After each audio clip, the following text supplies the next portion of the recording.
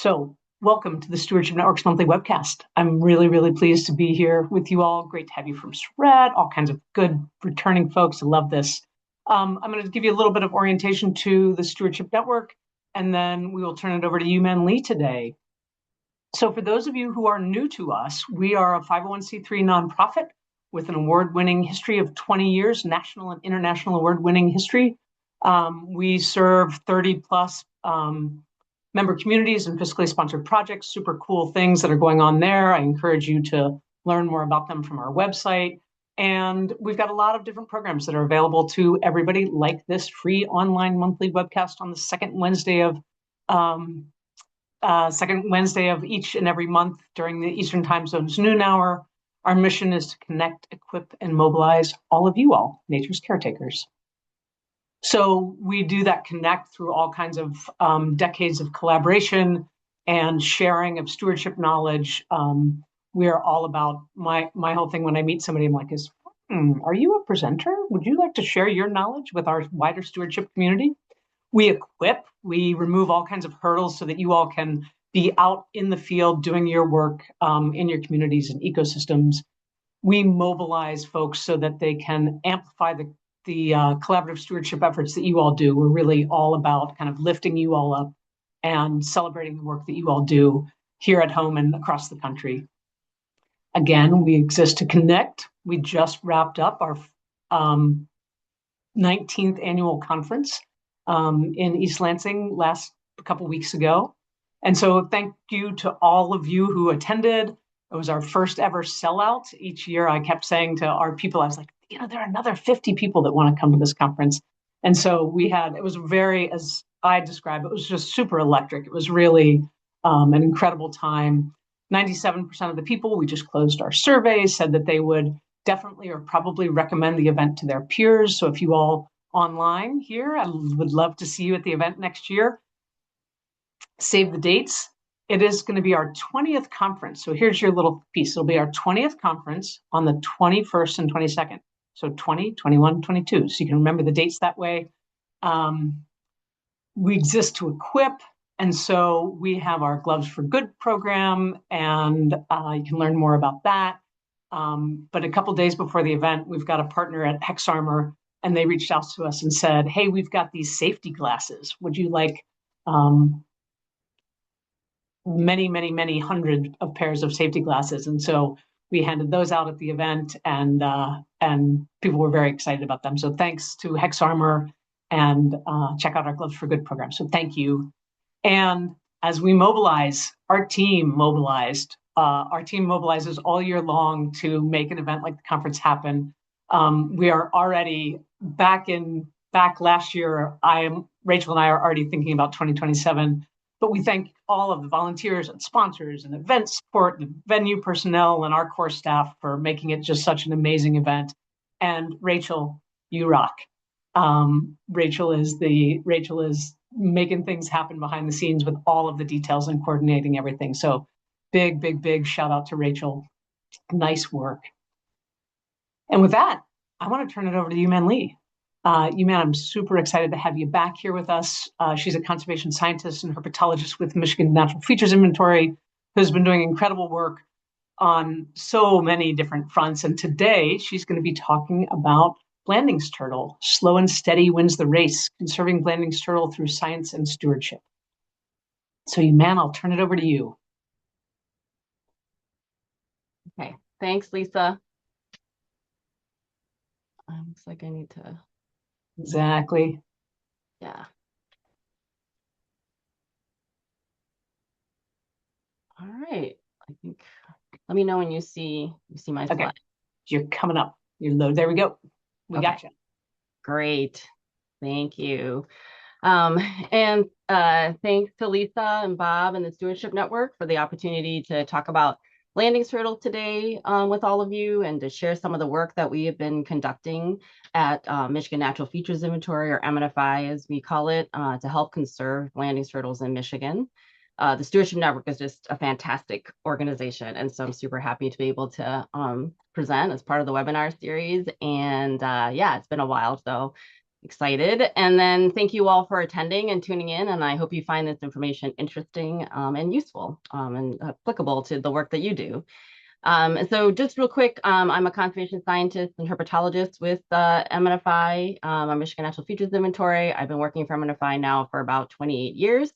And my main area of expertise on responsibilities working with rare amphibians and reptiles and conducting surveys, monitoring, and research to assess their status, their distribution, ecology, and management needs to inform conservation of these species.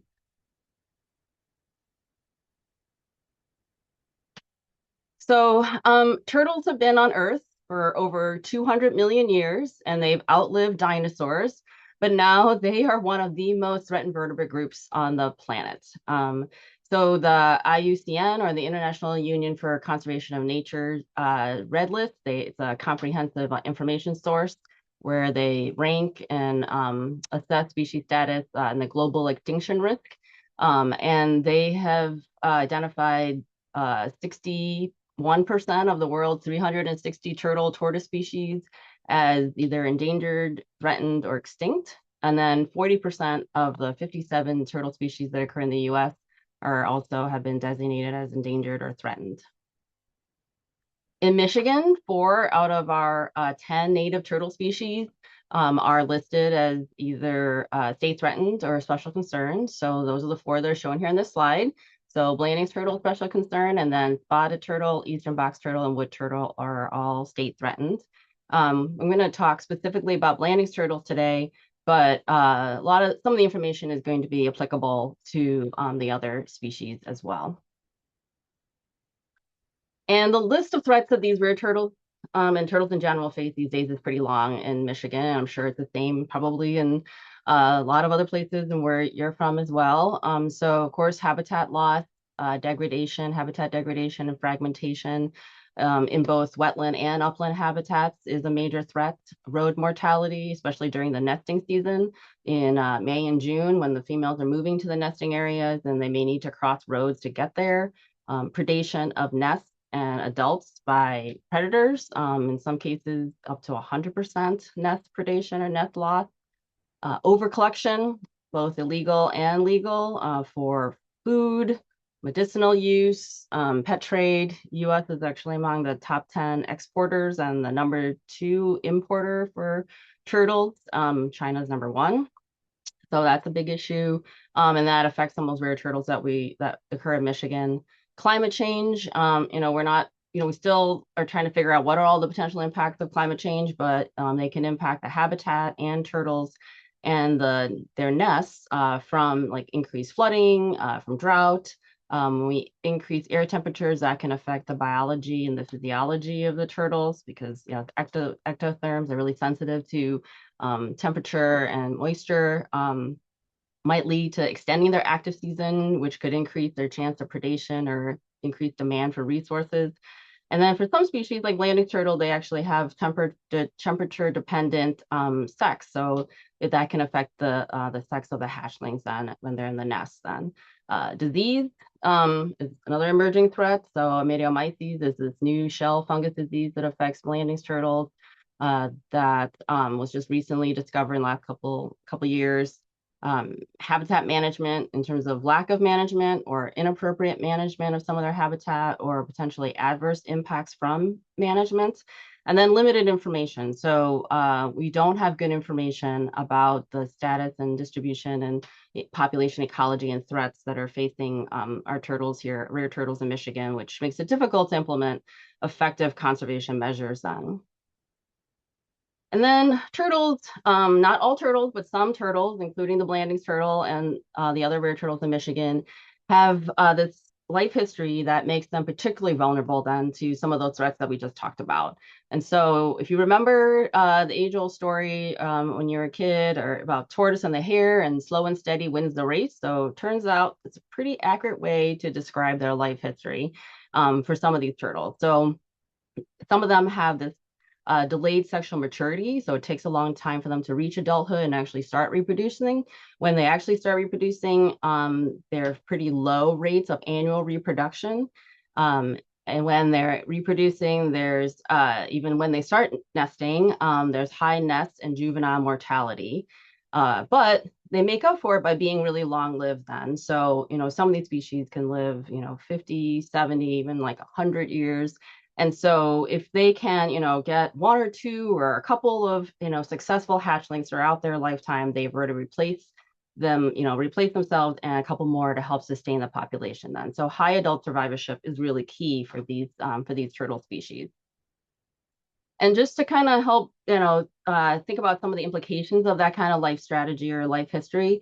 So this table is from Ron Brooks, and I think it does a nice job of kind of summarizing sort of kind of a graphic to explain how this life history can impact their population growth and implications for conservation. So let me just walk you through it because the table is a little complicated. So on the very left-hand column is year, so 0 to 17. Then the next column over is snapping turtles. So it takes snapping turtles 17 years before they reach sexual maturity and start laying their first nest of eggs.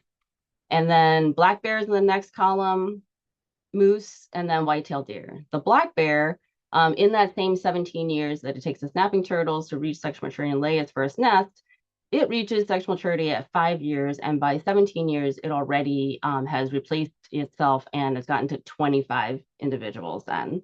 Moose is over 680 during that same time period because they can reach sexual maturity at about 2 years, and then white-tailed deer over 900.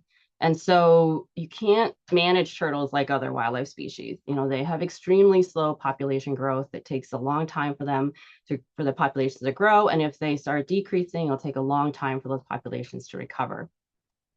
Another implication then of the life history, that life history strategy is another graphic that from Lovich et al. 2018, where it shows the population that if you have females in like around 1987 or so, that they've either 100% of these female alligator snapping turtles are they're not nesting anymore, or they're either gone from the being killed, or their nests are just being predated then. And so there's no reproduction starting in 1987. You continue to see the turtles through this whole time, and they take 15 years for them to reach sexual maturity. So by 2002, there's no more turtles left then. And so this whole time you're seeing turtles and thinking that, the population might be okay, but they're actually just hanging on. These adults, that are long lived are just hanging on. So there's this, what we call this perception of persistence, or ghost populations, where they're just old adults that are hanging on, but the population is actually declining until they become extirpated. And so in Michigan, these rare species like the wood turtle, blanding turtle, and spotted turtle, for example, we have quite a few documented populations of these species. So these maps show at the county level where we have documented populations, and then those yellow kind of polygons or dots are specific locations then. And so we have a lot of places where we have documented these species. But the question is, are these actually stable or viable populations then? Or are they just ghost populations that are hanging on? And, do they need management, some kind of management intervention? What do they need, and which populations, and where? And so we don't have that information, currently, at least for very many populations.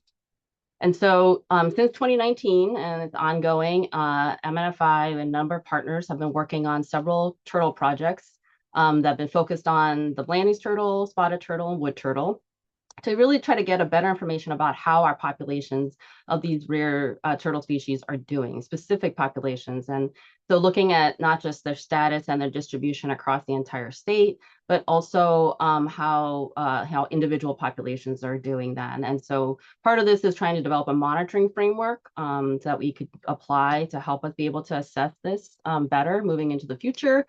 But then also looking at things like population demographics, genetics, their nesting ecology, habitat use, specifically of the adult females, what are the threats that are facing these populations, and then what are some conservation measures that we might be able to use to address those threats then. And so today I'm going to kind of touch on Some of these different topics, especially the ones that are in bold, I'm not going to talk too much about genetics because I'm not a geneticist. And so I don't even really want to go there. So Blanding's turtle in Michigan, like I mentioned earlier, it's state special concern species. It's also been identified as a focal species of greatest conservation need in Michigan State Wildlife Action Plan, at least the updated version that's being finished and approved this year. Even though it's special concern only in Michigan, it is special concern herp species are protected from take under a special DNR director's order. And I'm sure some of you know that Blanding's turtle has been petitioned and assessed for a federal listing. And we thought that the decision was going to come out, a couple of years ago or last year, but it's uncertain right now exactly when that decision about the federal listing is going to come out.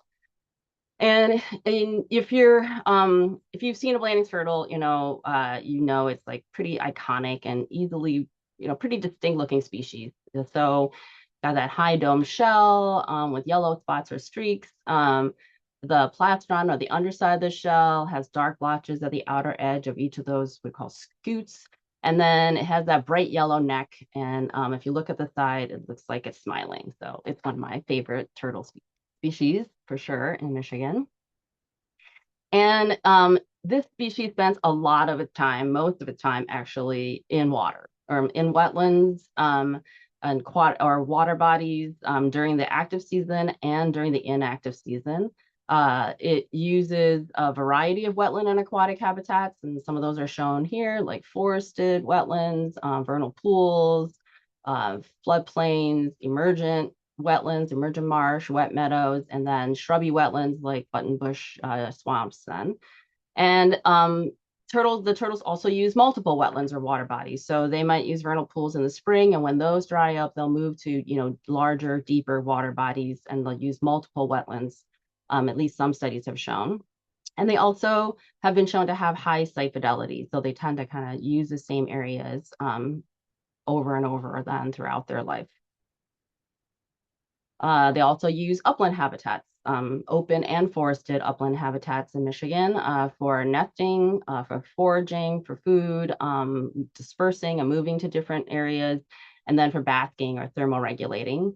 And then for nesting habitat, they're typically nesting in these really open, sunny areas that have well-drained or loose soils, little to no vegetation, like the photo that's shown here. And sometimes they nest pretty close to the wetlands, but sometimes they can move pretty far, like over a mile to get to their nesting areas. And again, they also have exhibited site fidelity, meaning that they tend to go back to the same areas then to nest. And then they have that, life history that we talked about earlier. So delayed sexual maturity, it takes them 14 to 20 years to reach sexual maturity. They're long-lived. They can live 50 to over 75 years old. Pretty long generation times, about 40 to 50 years. Low annual reproduction, typically one clutch per year, although double clutching has been observed, but pretty rare. Average 8 to 12 eggs and per female per year. And, only 7 to 26% of those survive from egg to 1 year then. So they require high adult survival, over 90%, and pretty high juvenile survival then to maintain stable population based on some research done by Justin Congdon back in the early 90s.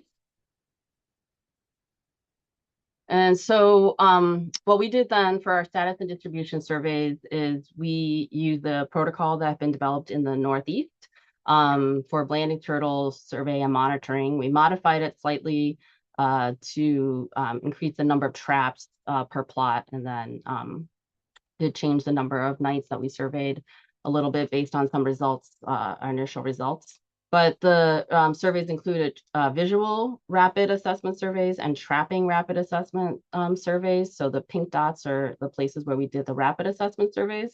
And then we used the results from those surveys to do some occupancy and mixture abundance modeling.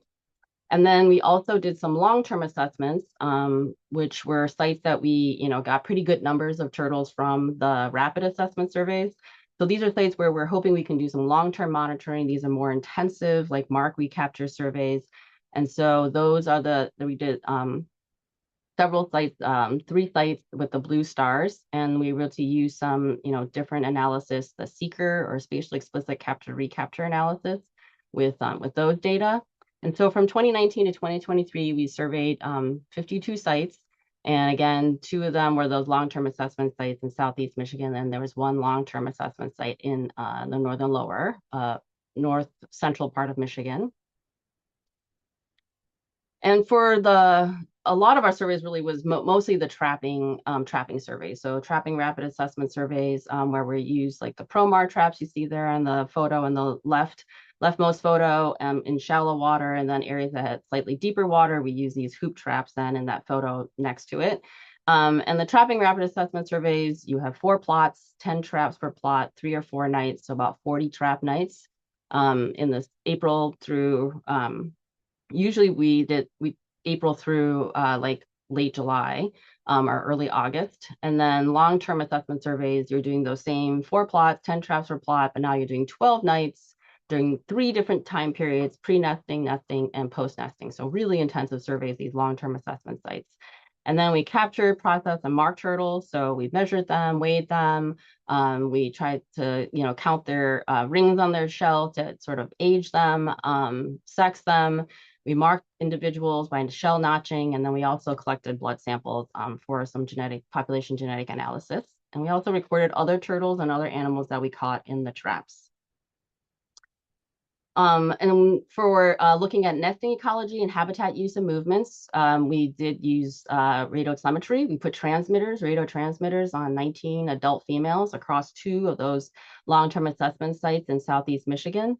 We also conducted nesting surveys where we were out there in late May through June for 3 years, 2 years, 2 to 3 years, I guess.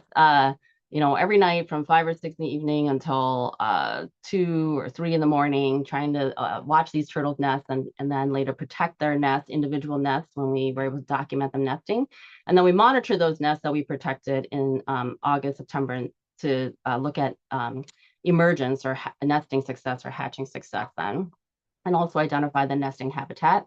And then one of our field technicians, Morgan Boyer, who is a graduate student at Eastern Michigan University, looked at some of the environmental parameters that might affect nesting success. So she put these I-button data loggers in the nest to record temperature, also measure data on ground vegetation around the nest, canopy cover, the distance to the water, and the soil type or soil texture to see if there's any relationship with nesting success. Another fun thing that we did is we worked with Toledo Zoo to radiograph adult females then. So these were, we would capture the females, and then we actually did this in the field. Matt Cross from Toledo Zoo came out with a portable radiograph machine, and we were able to get this X-ray. You can see on the right there of a turtle, and you can see those eggs that she has, and we could use it to identify the gravid females so we can track them during the nesting season. Get reproductive rates, so what % of the females in our that we were monitoring are gravid, how frequently they might be gravid, and then also get some clutch sizes. So that was really cool. So some results from the surveys from 2019 to 2023, we found Blanding's turtles, detected them at 38 or 73% of the 52 sites that we surveyed. So quite a few sites we were able to find Blanding's turtles. In 2019 to 2021, we we had 252 captures of 175 individuals across 23 sites. And those were sites mainly in Southeast Michigan. And just for comparison, we had 800 painted turtle captures. So, obviously not a decent number, but not super abundant compared to painted turtles. And in 2022 and 2023, where we surveyed sites in Southwest and Northern Lower Peninsula of Michigan, we got 167 captures of 144 individuals across 15 sites. And again, for comparison, we had 630 painted turtle captures. And the reason I show these comparison of painted turtles is because in Illinois, some of the researchers there, they were getting more Blanding's turtle captures than they were painted turtles. And so for us, that's not the case then. And at most of the sites, though, we were actually getting less than 10 captures or individuals then, except there was one site, there was a few sites that we got more, but especially this one site, that long-term assessment site in northern Michigan, we got 110 captures of 77 individuals. So in our minds, that's really one of our largest populations to date. But for the most part, we were capturing pretty small number of individuals at most of our sites. And then we were also interested in looking at juveniles. So, what's the level of recruitment that might be occurring in these populations? And so of the 38 sites where we actually detected landing turtles, we documented or found juveniles at 18 or 47% of the sites. So less than half the sites were able to actually show some recruitment. And they only comprised about 20% of the individuals that we captured. Some population modeling that's been done suggests that you might need to have about 35 to 40% of your population be juveniles in order to be a stable population. So, we're seeing lower numbers. But again, that population in the northern lower, we had 45% of the captured individuals were juveniles. So again, that population might be doing okay then.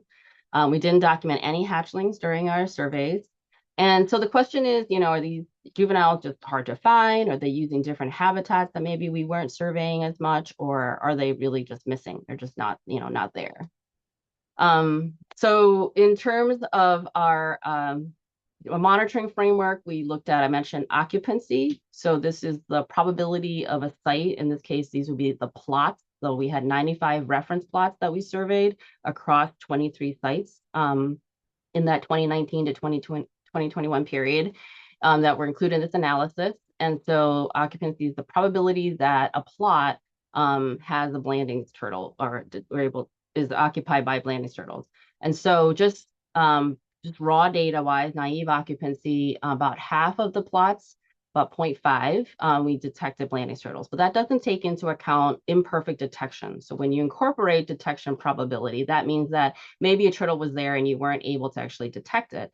When you incorporate detection probability into these models, then the null model bumped that up to the probability of occupancy to 0.6 or 60%. Or you can also look at it as 60% of your plots, have potential for Blanding's turtles to occur in them. We also then included some environmental variables into these models, into the occupancy model. So things like land cover. And so there were 3 environmental covariates or parameters that ended up being significant in the occupancy model. So that was % open water, % woody wetlands, and % total forest. So when you include the top model that included these 3 covariates, then it bumped up that probability of site occupancy then to 0.636 or 0.64. And so we can use these results then to kind of compare occupancy across these plots and across sites, and also to compare over time. So if we're doing management and we're increasing the populations at these sites, hopefully with our management, then we would expect, to potentially see an increase in occupancy rates. Similarly, with the abundance, we were trying to estimate abundance, get a handle of how many turtles do we have at these sites. So we use the N mixture abundance using the rapid assessment results that we got. Again, this is at the plot level. So just look at the raw data. We got 1.6 turtles per plot across those 95 plots. The average, average count of turtles, and at range from 0 to 14. And then when you incorporate detection probability into the model, then the null model then bump that up to 6 turtles per plot. That takes into account that you have imperfect detection. And then when you include some of these covariates again, like land cover, % woody wetlands, or % total forest, both of those were positively associated with abundance. Then the model adjusted it to about 5 turtles per plot. So if you look at the abundance estimates, maybe it's like 5 to 6 turtles per reference plot.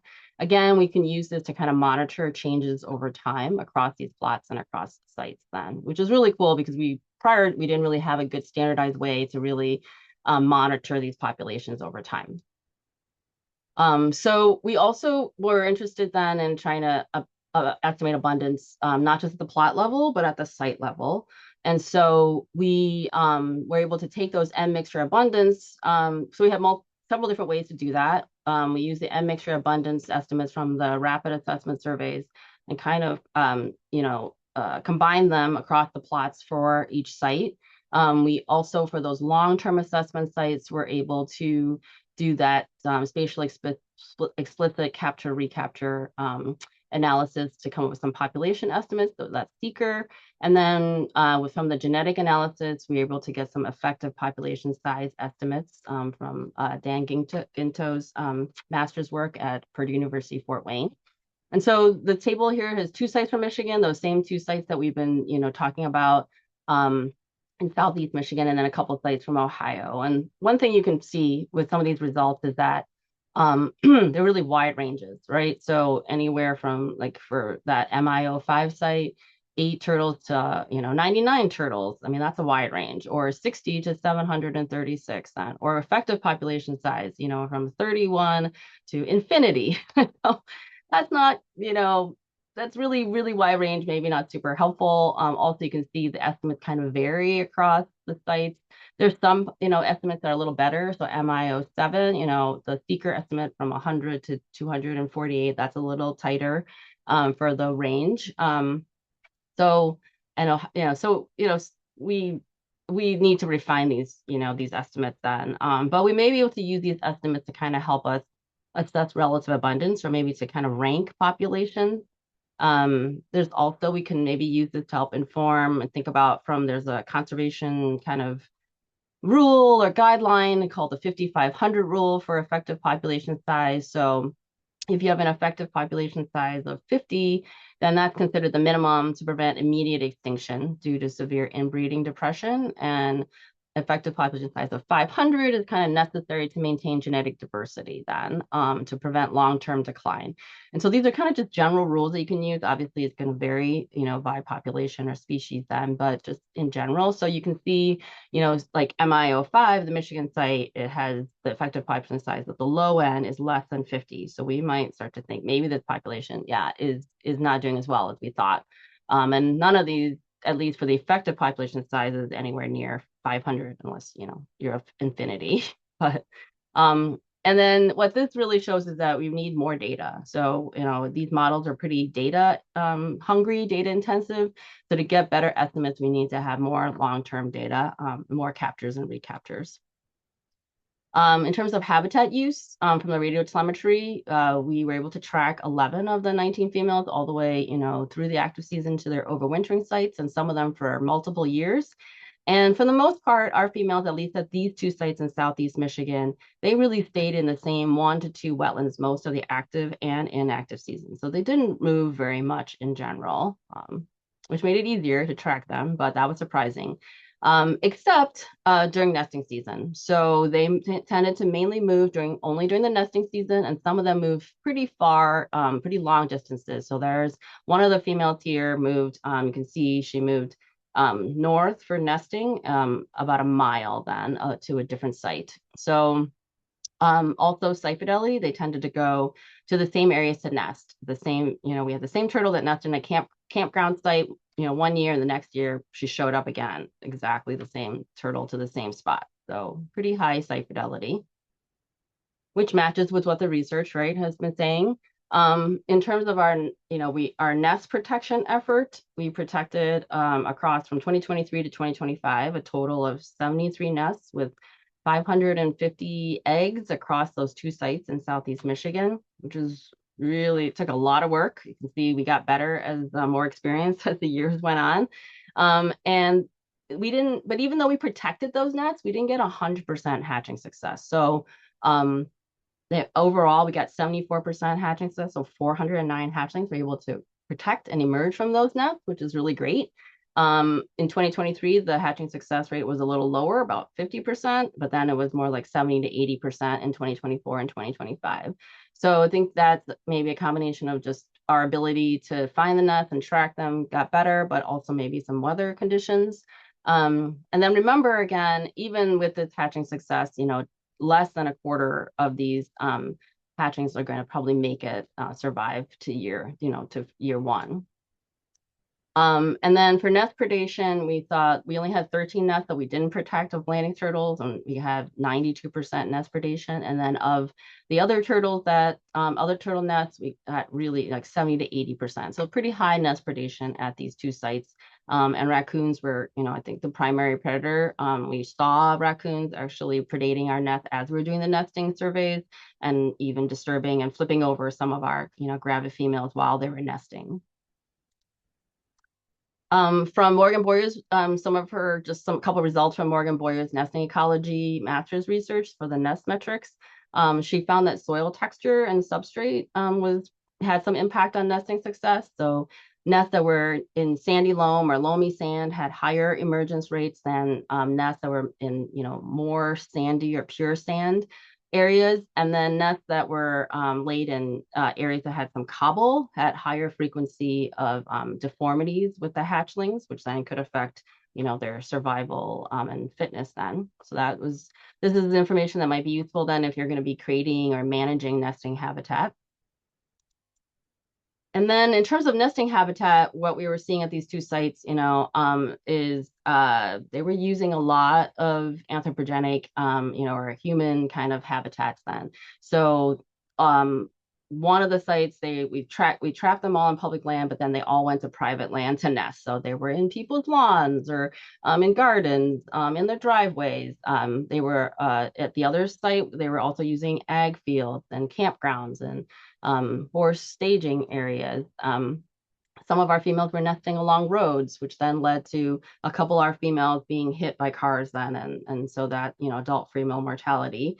So this kind of tells us that there's definitely limited natural nesting habitat within these two sites then, at least. And here's some photos showing you some of the nesting habitat in 2023. And then here's some photos of where the turtles were nesting in 2025. And so again, you could see, along the road or in the person's yard and a horse staging area with some gravel piles that they were nesting on the gravel piles, and in the cornfield, and we had a soybean field then that they were nesting in.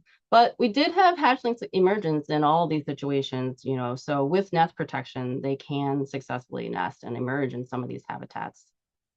So what does some of these things mean for management and conservation of Blanding's turtles? So I think one thing is that we're finding is that even though Blanding's turtles may be widespread, across the landscape, the populations may not be doing as well as we think in Michigan, and particularly in Southeast Michigan.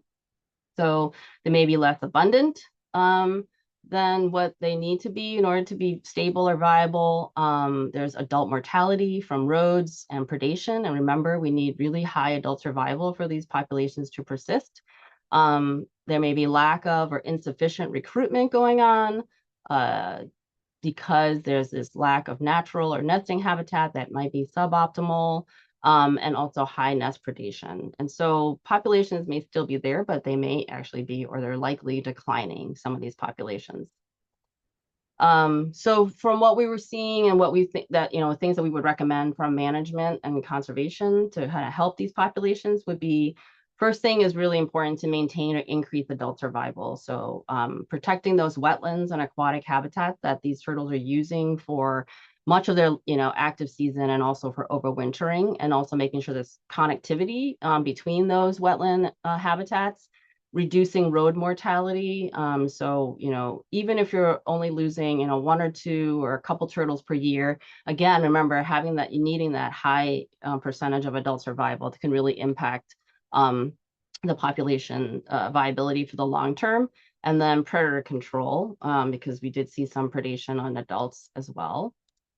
And so some examples from options for reducing road mortality: fencing, different styles of fencing you can see here, having some kind of underpass under roads that allow, turtles to safely cross roads, signage, although I don't know, I'm not sure, there's some mixed, we're not sure how effective signage really is, but that can help, slowing down the speed on some of these, roads, then closing roads, especially roads that maybe a lot of turtles cross if they have to get to a nesting area. So those are things that can help reduce road mortality. And then from the increased then the next thing would be, once you have adult mortality, kind of under control or in conjunction with it, you can also do things. I think we need to be doing things to increase recruitment. And so like creating or enhancing nesting habitat, and keeping in mind the substrate, that maybe some substrate they're going to have better success at, location of these nesting habitats, Also, protecting the nest from predators or predation, so predator control or nest protection. And then we're starting to look at head starting. Other states have done it, and we're starting to investigate head starting. And that's where you would actually collect eggs from females and then hatch them, and you would incubate the eggs and hatch them at the zoo, like at not a zoo, but like at a zoo or a facility, and then grow them and keep them for like 9 months. So that they're larger when they're released, and that should increase their survival rates. But that's not a tool that we've been using. I mean, it's not that we can do in Michigan yet, or that we've really been using very much, but we're starting to investigate it. So nest protection, there's lots of different options. You can protect individual nests with different type of cages, but it's very intensive. There's also opportunities potentially to build these larger nest box enclosures. They've done this for wood turtles, but we're not really sure we can do it for landing turtles because of how high their shells are. I mean, how tall their shells are, which may, there's a gap underneath for the turtles to go into the nest cage. But if the gap is really big, then predators can potentially get into that nest enclosure. Electric fencing, you can put electric fencing around a nesting area to prevent predators from going in. And predator control has been found to be effective in certain places. I know Illinois has been doing it at a site for like 15 years, and they have seen an increase in, more juveniles and reproduction and everything. So particularly if you do focus your predator control during the nesting season, and also if you have cases where you have really concentrated nesting in a particular area, you can target your predator control in that nesting area. And really keeping in mind that predator control has to be long-term. You have to think about it at a really, long-term scale, 10 or 15 years. It's not something you can do 1 year or 2 years and then back off, and then the predators will just come back into the site. I also want to mention that we have put together working with Ohio, a landing turtle conservation plan for the Lake Erie watershed for Michigan, Ohio, where it's just a draft plan, working draft at this time, and we're working with the Michigan, Ohio DNR, maybe try to finalize this.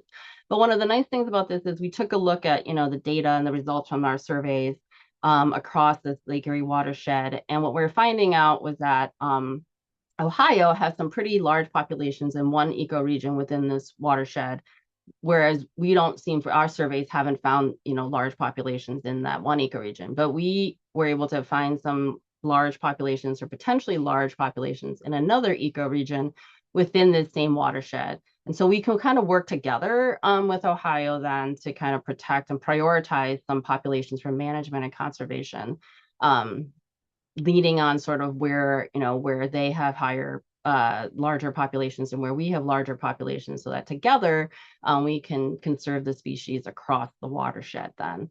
And so that's, I think that's really cool. And then I also want to mention that NRCS has a program called the Working Lands for Wildlife. They have a Blandings Turtle initiative.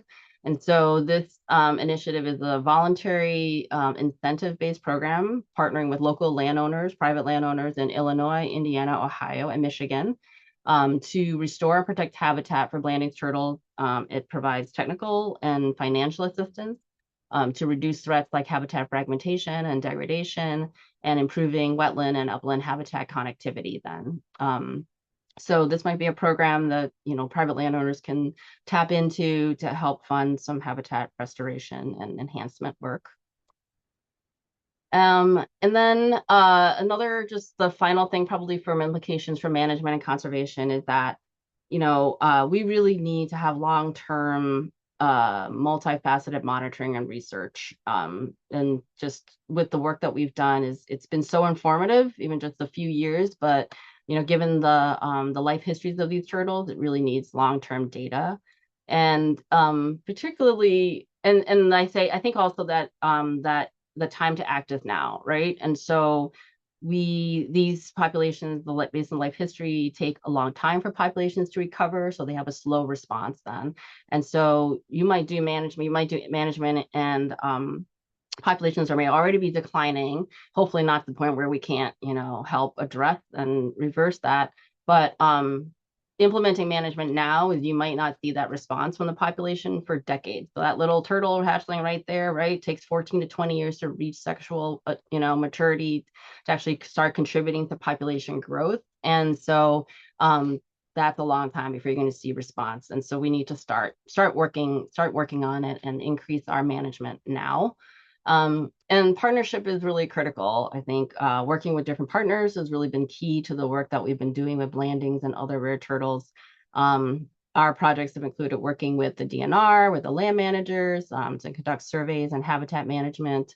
The couple of the zoos then, like Toledo Zoo and Potter Park Zoo and John Ball Zoo, for the nesting surveys and monitoring and investigating head starting.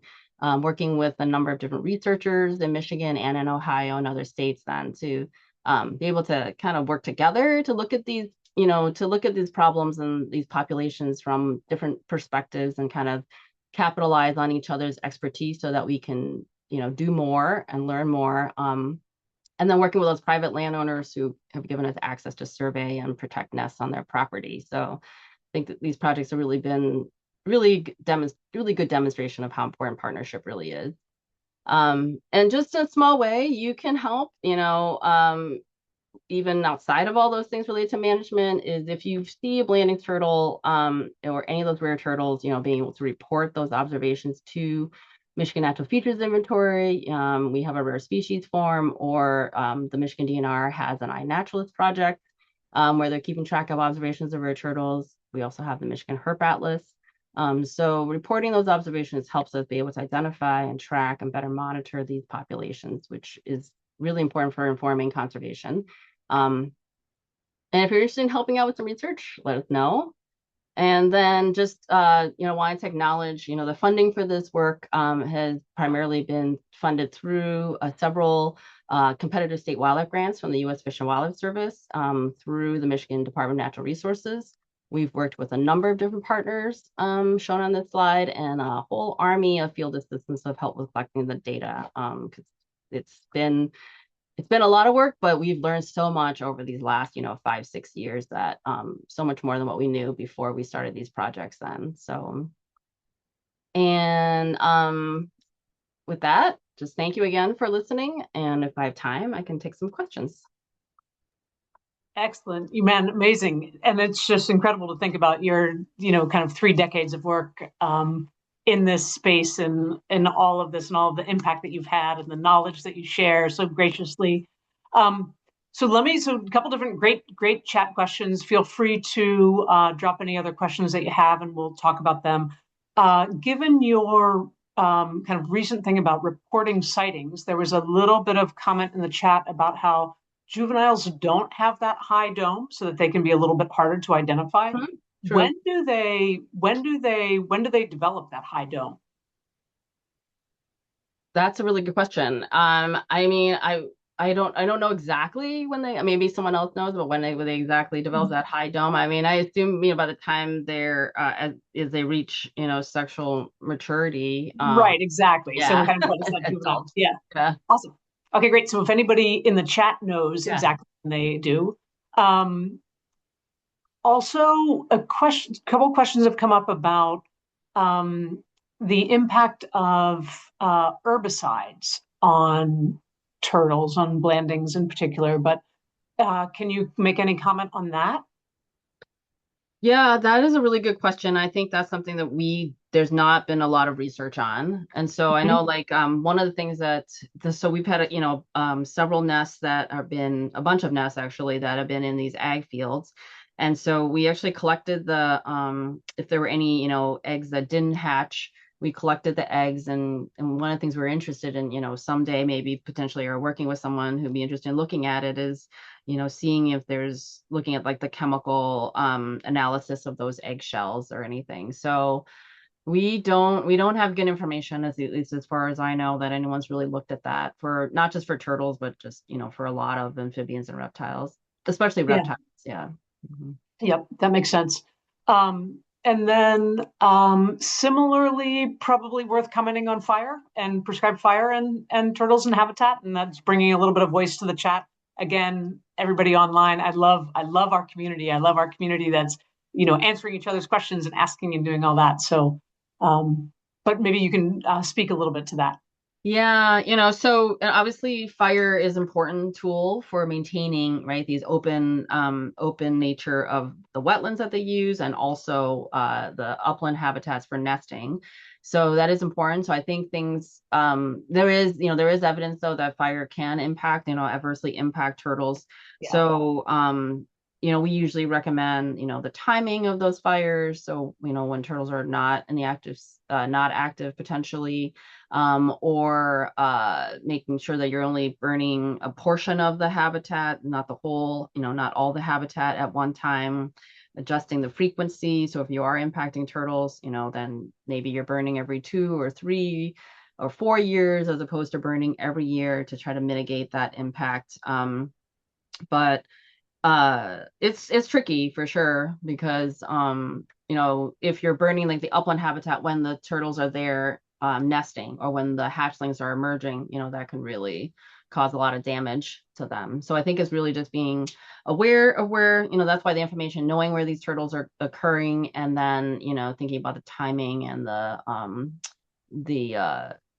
sort of the nature of the burn, also, Right. yeah, like the speed and the um I don't forget what it is, but the Yeah, the heat intensity, and yeah. not exactly not doing a ring fire and yeah, Yeah, those different yeah. pieces. Yeah.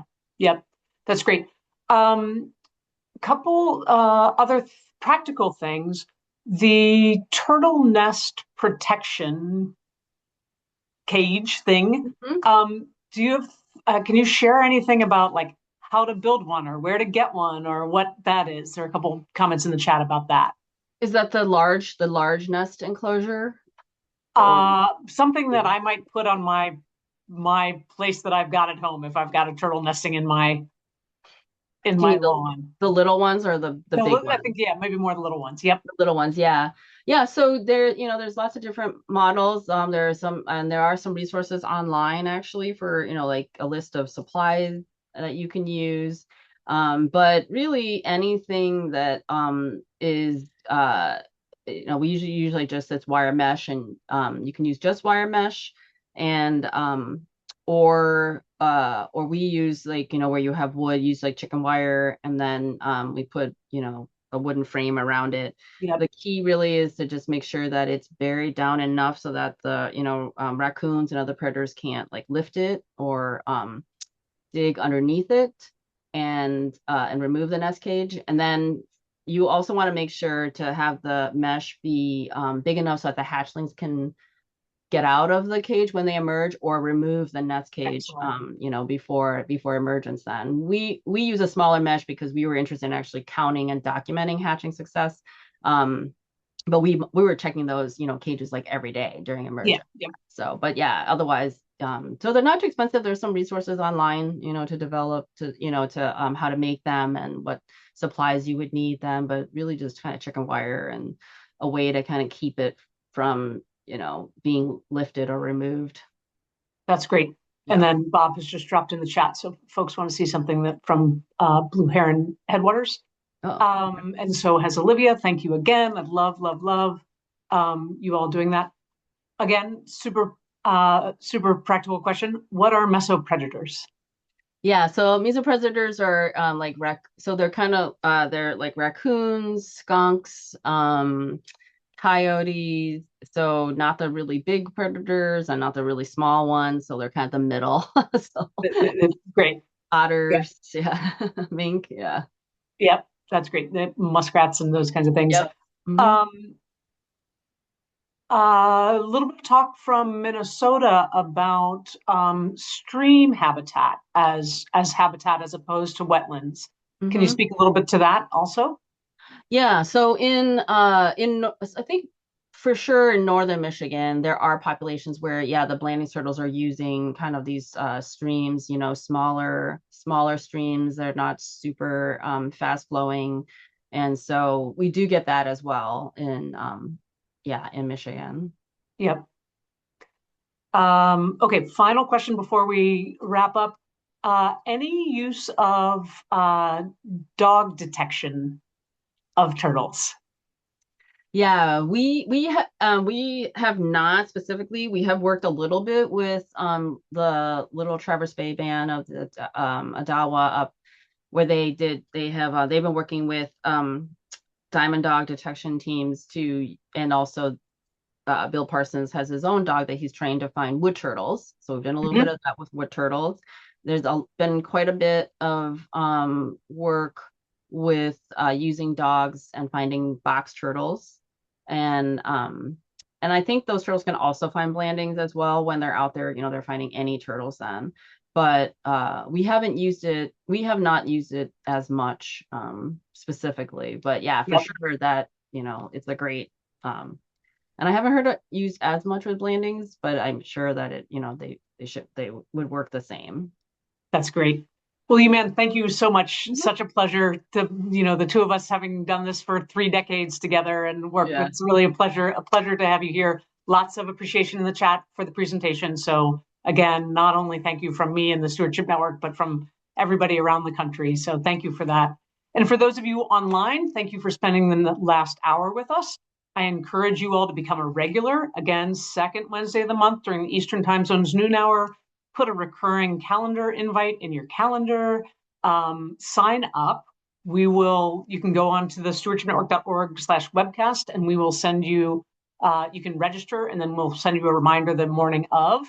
We've got a great host of webcasts coming up. Fuels to Flows, Bringing Nature-Based Stewardship to the Headwaters by Brock Dahlman from the Occidental Arts and Ecology Center in California. And as I said at the beginning, when I meet people, I'm like, oh, hey, are you a presenter? And that's how I met Brock when I was in California for some work. He's doing really awesome work. Look forward to that. Um, in March, in April, pleased to be back with Evan Larson sharing the story of fire in the Great Lakes Forest. Um, Again, amazing work. And participatory science at the leading edge of the biological invasion, European green crab in Washington State with Emily from the University of Washington. So go ahead to our website, sign up. That'll be the May webcast. Again, thank you all for spending time together, spending time with us. We really appreciate the time that you spend with us, the work that you all do, and we look forward to being with you again in 11 months. And in the meantime, take time to come to Conference 2027 warm up with our webcasts every single month. So you get a little drip of the conference during our monthly webcasts. Again, appreciate you all being with us and look forward to seeing you in the meantime. Take care.